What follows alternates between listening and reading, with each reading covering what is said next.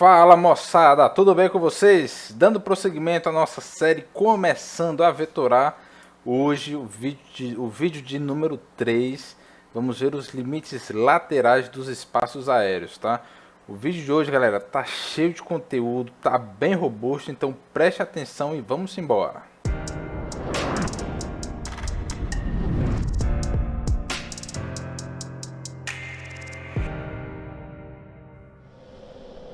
Beleza, pessoal, no vídeo de hoje nós iremos falar sobre os limites laterais das aerovias convencionais, tá? Tem uma regrinha aí que ela já é um pouco antiga, né? As aerovias convencionais que são balizadas por VOR ou NDB já estão deixando de ser algo frequente no nosso espaço aéreo, tá? Porque elas estão dando lugar às aerovias RNAV, né? Que é o próximo assunto, ó, os limites laterais das aerovias RNAV. E por fim, vamos falar sobre os limites laterais dos demais espaços aéreos, tá? No vídeo anterior a gente falou um pouco sobre os limites verticais do espaço aéreo superior, inferior, aquela coisa toda. Hoje, o que a gente não falou de limite vertical do vídeo passado, a gente vai falar no vídeo de hoje, tá? Então o negócio está bem complexo, prestem muita atenção. Vamos começar falando sobre os limites laterais das aerovias convencionais. Pessoal, as aerovias convencionais, na ANRC, né, nas cartas de rota, isso a gente, se você não conhece a ANRC, mais para frente a gente vai falar sobre elas, enfim, não se preocupe com relação a isso, tá? Mas a ANRC basicamente são cartas de rota que mostram as aerovias e tudo mais para você planejar o seu voo em rota, tá? E aí nessas ANRCs eles representam graficamente as aerovias. Nessa imagem que você está vendo, tem essas aerovias. Não sei se vocês conseguem ver essas linhas verdes e as azuis, né? Essas duas são esses dois tipos, né? São aerovias, tá? E as aerovias convencionais são essas linhas verdes. Então você vê que em Campo Grande, ó, de 6 aerovias, 3 são convencionais, né? E a tendência, galera, é esse número diminuir a cada dia que passa. Aqui em Palmas a gente tem 3 aerovias convencionais, uma delas já deixou de ser convencional e passou a ser RNAV por causa da desativação de um NDB que tinha na aerovia, tá? Então essa é a tendência com o passar dos anos. E você identifica assim, tá? São essas linhas verdes nas ANRCs. E a aerovia, galera, assim, ao contrário do que muita gente pensa, ela não é simplesmente a linha que liga dois pontos, né? Como a gente falou, uma aerovia convencional, ela é uma rota que liga dois auxílios à navegação, ou dois VORs, ou dois NDBs, ou enfim, tem que ser algum auxílio à navegação. E aí a pergunta é, a aerovia, ela é simplesmente aquela linha que liga esses dois pontos, né? E aí a resposta é que não é só isso.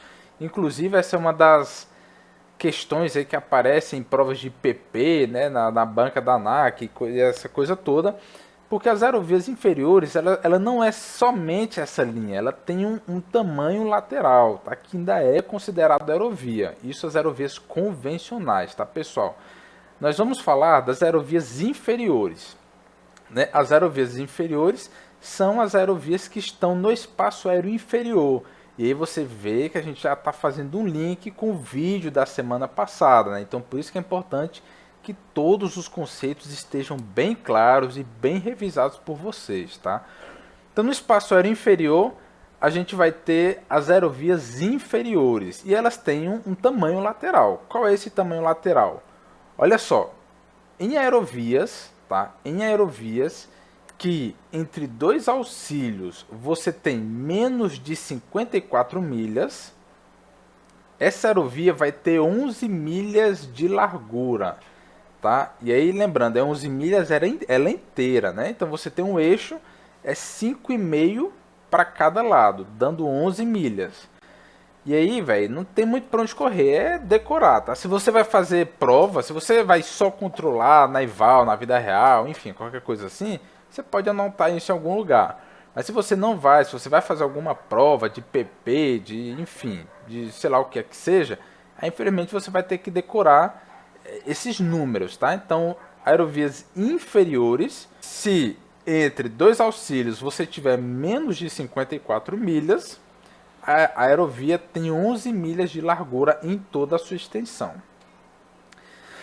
Agora, ainda no espaço aéreo inferior, as aerovias inferiores, se elas tiverem mais do que 54 milhas entre dois auxílios, tá? O caso passado, galera, foi 54 ou menos, tá? Agora a gente vai falar sobre 54 ou mais. Então a distância entre dois auxílios é relativamente grande. Aí a gente vai falar o seguinte: essa aerovia vai ter 16 milhas de largura. Não é mais 11, como era anteriormente, agora é 16. E é 16 em toda a extensão? Não, não é, tá? Quando chegar a 54 milhas, ela diminui para 8 milhas de largura. Se você ver 54 milhas, aparece aqui e aparece no tamanho da aerovia, né? E aí, ó, a largura para qual ela diminui é a metade do que ela era antes, né? Então vamos lá.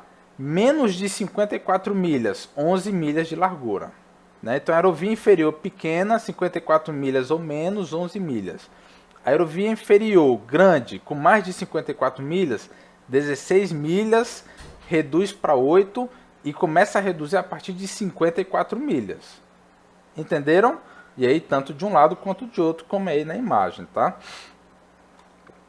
Galera, e as aerovias superiores? Agora, as aerovias superiores no espaço aéreo superior, e galera, essa definição é muito importante que vocês entendam, porque futuramente a gente vai falar sobre aerovias superiores, upper Zulu, aerovias inferiores, nível de voo, se é controlado, se não é, limite, tal, aquela coisa toda. Então tem que estar claro, as aerovias superiores estão no espaço aéreo superior. E o espaço aéreo superior começa em que nível? Aí você tem que ir no vídeo anterior aí ver, né, rever, para ficar bem claro para você, tá? O vídeo de número 2. Beleza, pessoal. Se uma aerovia superior, se entre dois auxílios, ela tiver menos de 108 milhas, a largura dessa aerovia é 21,5 milhas, tá? Então, menos de 108 milhas de dimensão aerovia, 21,5. E se for maior do que 108, aí você tem 43 milhas de largura. Viu que é o dobro, né? Antes era 21,5, ela pequena, com menos de 108, 21,5. Agora ela maior que 108, 43. É o dobro, né? E aí é em toda a extensão? Não. Ela a 216 milhas, ela reduz para 21,5. 216 milhas é o dobro dessa distância que ela tem que ter, 108 milhas ou mais, tá vendo? Então 108 milhas, o dobro 216 é quando ela começa a reduzir de 43 para 21,5, que é o mesmo tanto da largura de uma aerovia superior, que tem até 180 milhas em toda a sua extensão, largura de 21,5, enfim, você cria aí um processo mnemônico para você decorar essas larguras se você for fazer alguma prova, tá? Não é tão difícil assim decorar esses números, mas aí requer um pouco mais de trabalho. Agora, e os limites laterais das aerovias RNAV? Galera, eu tive um pouquinho de dificuldade para achar algo sobre esse assunto, porque ele não é tão claro e tão explícito quanto o do capítulo anterior que a gente acabou de ver.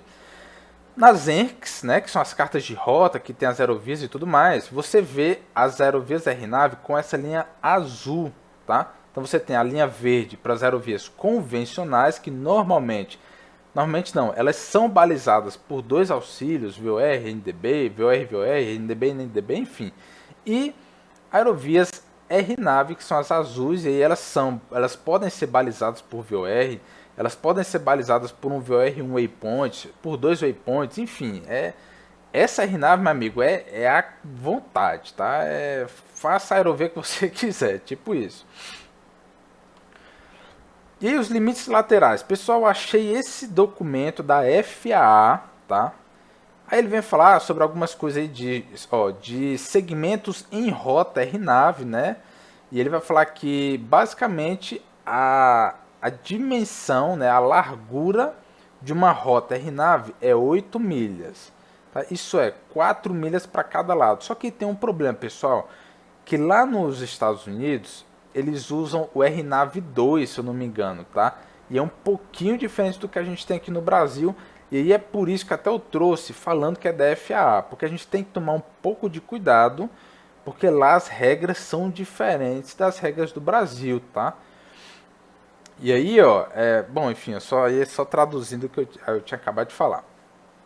E aqui, ó, tá um documento do DCEA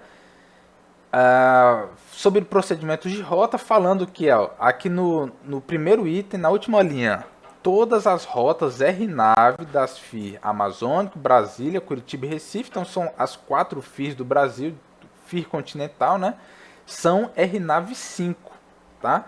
E as rotas no corredor Eurosan, né, que é Euro de Europa e San de América do Sul, então no corredor América do Sul-Europa, que está situada na FIR Atlântico, aí você tem RNAV 10. Então você tem RNAV 5 no continente e RNAV 10 no oceano, beleza? Aí no Skybrary, ó, ele trouxe a definição do RNAV 5, né? Que é que você, para voar o RNAV 5, você precisa ter uma precisão navegacional de mais ou menos, né? Não é mais ou menos de aproximar, tá, pessoal? É para mais ou para menos, 5 milhas em pelo menos 95% do voo, do seu voo. Aí sim a aeronave ela é habilitada, homologada a RNAV 5 para voar lá naquela aerovia que seja a RNAV 5.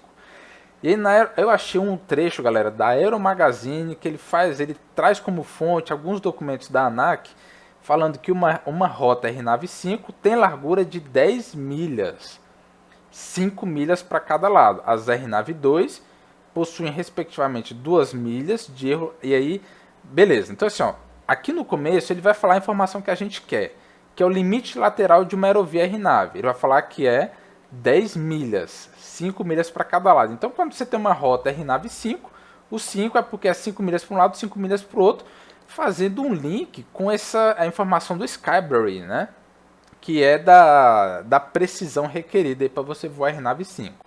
E aí ele já fala que no RNAV 2 e RNAV 1, aqui embaixo, ele fala que o erro admissível é 2 e 1. Então o que a gente pode entender é que a largura de uma aerovia RNAV é a precisão requerida dela.